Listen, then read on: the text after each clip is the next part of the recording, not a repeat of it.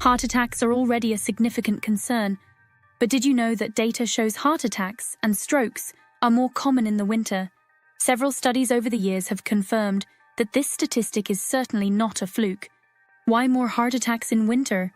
Before we get into the probable causes, first we need to understand what it means. When we say that there are more heart attacks in the winter months, if we make a list of all patients who visited the hospital over the course of 1 year, for some reason we will see that during the colder months, more people had heart attacks. According to some studies, there may be a 31 to 33% higher incidence of heart attacks in winter, and every 1 degree Celsius drop in temperature came with a 0.49% increase in deaths from all causes. Let's find out the reasons why this may be happening. The cold may be the main culprit here, leading to physiological changes that accumulate to eventually cause a heart attack. When it gets cold, the body needs to keep staying warm.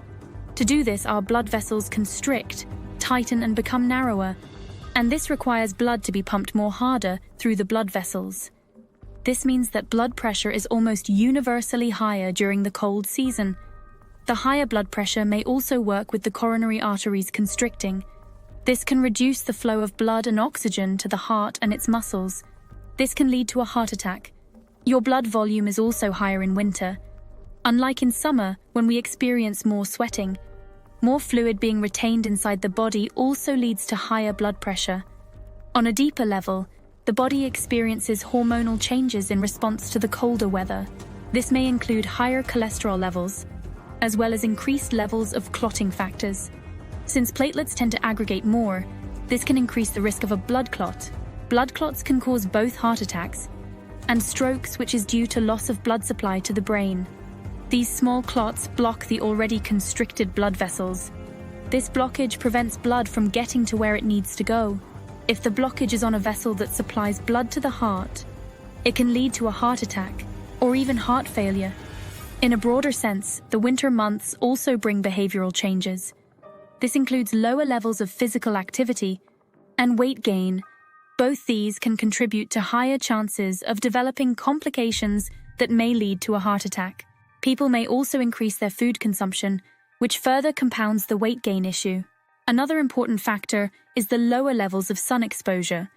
Either due to being indoors more often, this reduced exposure to the sun can lead to deficiencies in vitamin D. There have been numerous studies investigating the relationship between cardiovascular diseases and vitamin D deficiency. Although there isn't any data that suggests vitamin D supplementation can reduce cardiac issues, it is seen that lower levels of vitamin D are indirectly associated with more heart problems. Also, there are higher chances of catching a cold and flu during winters. A persistent cough can be a source of exertion for patients advised rest, limited physical activity, due to some heart ailments. The cold causes blood vessels to contract. This can raise your blood pressure and increase your risk of heart attack and stroke. While the above reasons and mechanisms are universal to humans, it's not that any one of them can cause a heart attack. People who are already at risk may find their bodies pushed to the limits during winter, which may potentially lead to a higher risk of a cardiac incident. But who is at a higher risk for a heart attack in winter?